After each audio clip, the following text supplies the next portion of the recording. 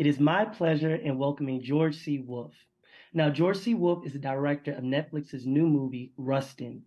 The film is a historical drama about activist Bayard Rustin, who, as a Black gay man, was the chief organizer on the March in Washington in 1963, as well as a close friend, mentor, and advisor to the civil rights legend, Reverend Dr. Martin Luther King Jr. Thank you for speaking with us. I'm really excited to talk about the movie. While watching Rustin, I think what drew me to him was he had a complex, unique life. Black gay man, raised Quaker, socialist, communist, valedictorian, athlete. He had a very rich life, you could say. So what has me thinking is because he has so many rich nuggets that you can pull from, what was that decision-making journey like in regards to selecting what parts of his life to include in the film? Well, to me, the film is about Bayard, but it's also about 1963, which I think was a really, very interesting year. You know, Brown versus Board of Education, the Supreme Court said segregation is over, and the South said we're just going to pretend that didn't happen. And so Right. people have been fighting and doing whatever they can because of Bayard's influence, but not exclusively. Passive resistance was the order of the day.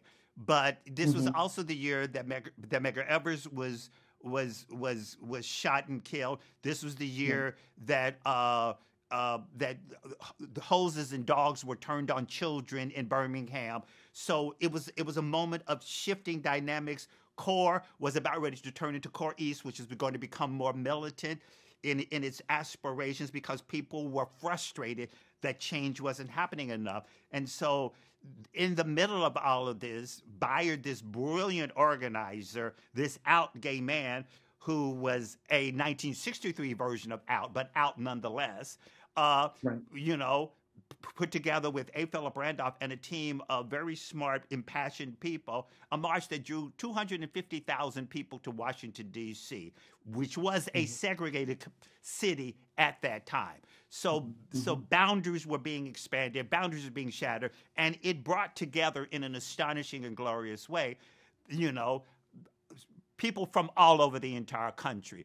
One of the things that I deeply admire about Bayard is that he understood and inspired other people to think it needn't look like you to be about you. Right, right. And organizing this phenomena that has never occurred before Absolutely. as well. And there have been many Hmm. marches since. He created the template. Right. So I know that in the film he has a tryst with a pastor. Why do you think it was important to include that romantic story in the film? Well, it was important to include it because Elias is married. He's a Baptist Mhm. preacher, and to contrast how out Bayard was, it was important to embody that which was, for lack of better words, the norm. A Right, right. person who was willing, who had to, who didn't realize that he had an option other than to do what was expected of him, not of who he really was inside. So that was very important. And also, all of us juggle, all of us, not just gay people, we all juggle our personal ambitions and our sense of responsibility with our private selves. And that's Right. and that's the monster journey that we all go on, you know, Mhm. being responsible for those who raised us, being responsible for those that we love and care about, and having all those contradictions. So while he's pulling together this march, and while he's under attack from Hoover, and while Mhm. and Strom Thurmond, he's also, beginning a relationship. He's also connected with somebody who he had a relationship in the past. He's also taking on the people within the civil rights movement who have concerns about his identity and what that might mean in a detrimental way to the cause. So you want to present a human being who is filled with contradictions and filled with obstacles as much as we all are, and it's just, excuse me, magnified because of the scale of what he's trying to achieve at the exact same time.